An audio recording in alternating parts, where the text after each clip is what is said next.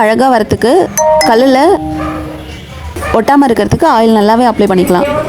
சூடாயிடுச்சான்னு check பண்ணிக்கிட்டு அடையை ஊற்றலாம். 2 கரண்டி மாவு எடுத்துகிட்டு நல்லா மீடியம் சைஸில் ஒரு தோசையை சுட்டுக்கலாம். அடைனாலே கொஞ்சம் மொத்தமாக தான் இருக்கும், மொத்தமாக சுட்டுக்கோங்க.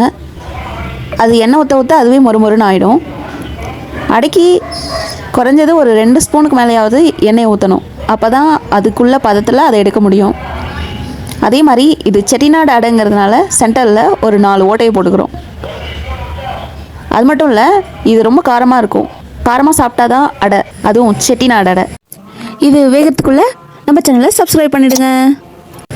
இது ஒரு 5 நிமிஷம் ஒரு சைடு வேகணும். அடுத்த சைடு திருப்பி போட்டு அது ஒரு 5 நிமிஷம் வேகணும். இது மாதிரி ஒரு 3 தடவை வேக வைங்க. அப்போ தான் அடை ஓரளவுக்கு மொறுமொறுன்னு வரும்.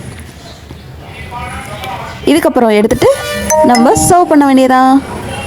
வாங்க எப்படி இருந்ததுன்னு பார்க்கலாம். இது மாதிரி அடைய உங்கள் வீட்லேயும் ட்ரை பண்ணிவிட்டு எப்படி இருந்ததுன்னு கமெண்ட்